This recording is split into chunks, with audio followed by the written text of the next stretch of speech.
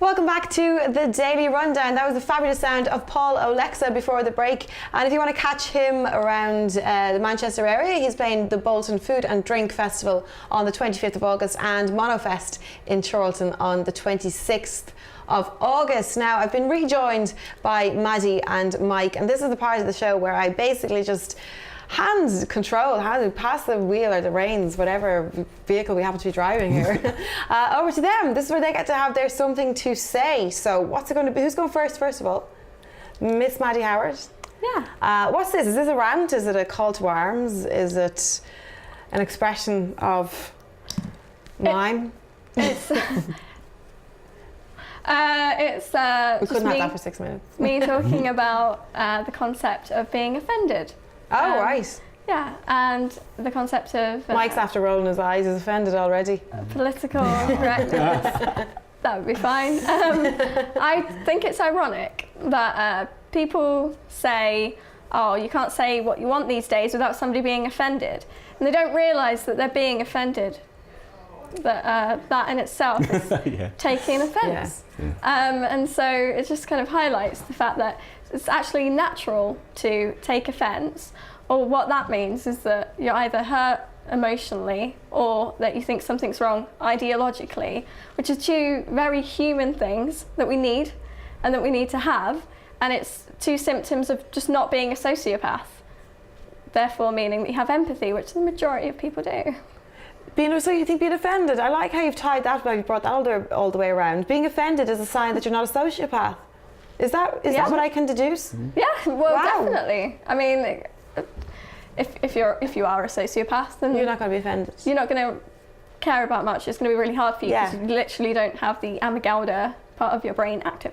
And I guess the point is that it's okay to be offended at racism or sexism or the isms, and that you're supposed to be, and that you're really not supposed to prioritise the fact that you want to tell a racist joke, or that you can't say what you want anymore. You might have freedom of speech, which you do. I do right now. But you don't have freedom from the consequences of what you say or what you do. And I think that you shouldn't be so entitled that you want to say what you want and then not care about somebody else's feelings. Because that in itself is a very emotionally loaded opinion, and that is getting offended. There's nothing wrong with taking offence. That's very interesting. So you've just done stand-up, haven't you, Madie? I have. Yeah. Because we have quite a lot of comedians come in on the show, and just the way you described that, how some people might describe today, but it's a topic that comes up a lot today, isn't it? Oh, everyone's always getting offended, and you shouldn't get offended, and you can't say anything about offending, and freedom of speech always bandied about as the sort of defence in those situations. Yeah. It's kind of interesting to hear a kind of young person, especially who does comedy, come up from that side. Are you easily offended, Mike? Am I easily offended? I'm offended by people that are offended, yeah. Are you? I think that it's sad that we go to the lowest common denominator when offence comes into play. Do you get me? So it's like, I sometimes look at the newspapers and the press and think, okay, where are these people? Roll them out. Let's see whether we're a minority or a majority. I'm not talking about blatant offence. I'm talking about some of the nonsense that goes on when someone said something, and then there's apologies for saying it. It may have caused offence, and sometimes I think there was one. I'll tell you a true one actually, which is a advertisement for a business that I designed. Okay, and the advertisement is it's basically an energy saving thing. It's real, and there is a woman in kind of workman's clothes and another woman in a wheelbarrow. And it's tongue-in-cheek. This is a photograph, so the woman in the wheelbarrow is kind of sitting there with her feet up, and the other girl's looking quite upset with her. And the strapline or the headline of the advert is, what would you do if 20% of your workers didn't do any work? The point is, this is an energy-saving device. And it came up then that when we wanted, most people are fine with it, but occasionally, we had one recently, a professional organisation said, we're worried that might cause offence. And I thought, my answer was, yeah, you're right, it might, but it doesn't to most people.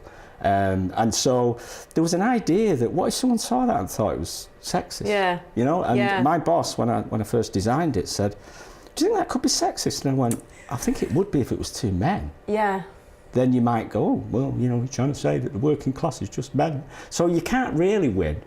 And someone will be offended if they want to be.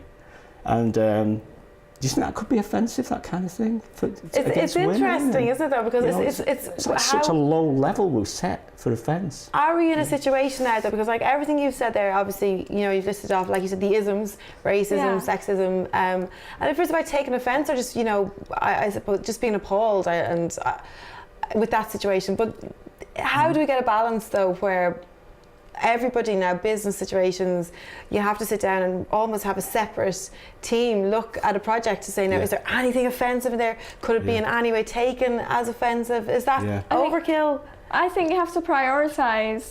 First, you have to prioritise what you are getting offended by, and then you also have to prioritise what you think people might take offence for. And what I mean by that is that offence is a very loaded word. We are used to it being in a context where either viewers are offended by this presenter's dress because it's too revealing. That kind of offence is not real. That is somebody complaining because of what they think. That's not being offended at something that really matters. It's not taking offence. It's just being manipulated. And then when somebody does take offence at something that is said that is, you know, like a rape joke, for instance, and there's outcry that you should be able to tell that kind of joke, but no, you're not entitled to. But what about the context, though? I mean, you know, the context has got to be brought into it. Context is paramount. I perfectly accept the disgracefully offensive language of some comedians that I love watching and laugh at.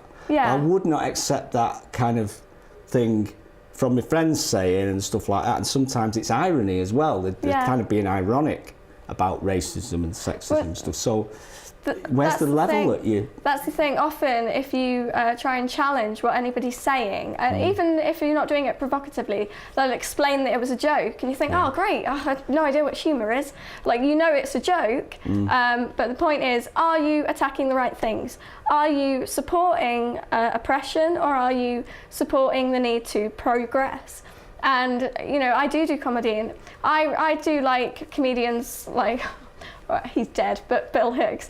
And, you know, I do Frankie Boyle even, because, as you say, context is important and you have to understand where they're coming from. But you don't have a right to just say what you want to say. I think it's important to constantly listen. That's what I try and do, and that's what everybody should try and do. You know, you can push boundaries, of course you can, with what you say. But if you're not going to listen, especially to people who say they're offended, and decide whether it matters or not, whether it's upsetting people or not, then that's just not acceptable, because you have a responsibility as a person, as a human being, as someone in society, to care about how other people are affected. But sometimes offence seems to be, for me, that the line of offence is where you've gone wrong. For example, I think it's perfectly plausible to sit in a room with a certain group of people, whether they be kind of gay people or whatever kind of thing, and know it's absolutely fine to have that bit of fun and have that joke. Yeah, of course. You know it's totally wrong to walk into a bar of strangers and have that joke. It's always the context of the offence, and sometimes I find that with kind of racism as well. You know, with racism, if you set out to cause offence to a person and use it to be derogatory, that's horrific. Sometimes in the context it's kind of okay, and it's like you say about Frankie Boyle, you know, he's probably he's outrageous, he's limitless in his jokes, and yet we kind of accept that, and he's allowed to. If it makes you think, for example, then that is a good thing. But if it's damaging in some way, then it's okay to flag that up. And with what you say, I think oftentimes people don't realise their privilege. Is it okay to tell you to get lost, though? That's my point. You know, is it okay to actually say? Who says that? You know, no. I mean, if someone says to you, I find that offensive. Is there ever a point where you say, so what? You know, I wasn't. You know, I don't care whether you found it offensive because most people don't. I think You're just being kind of. I think you have to. You know? That's what I mean about prioritising.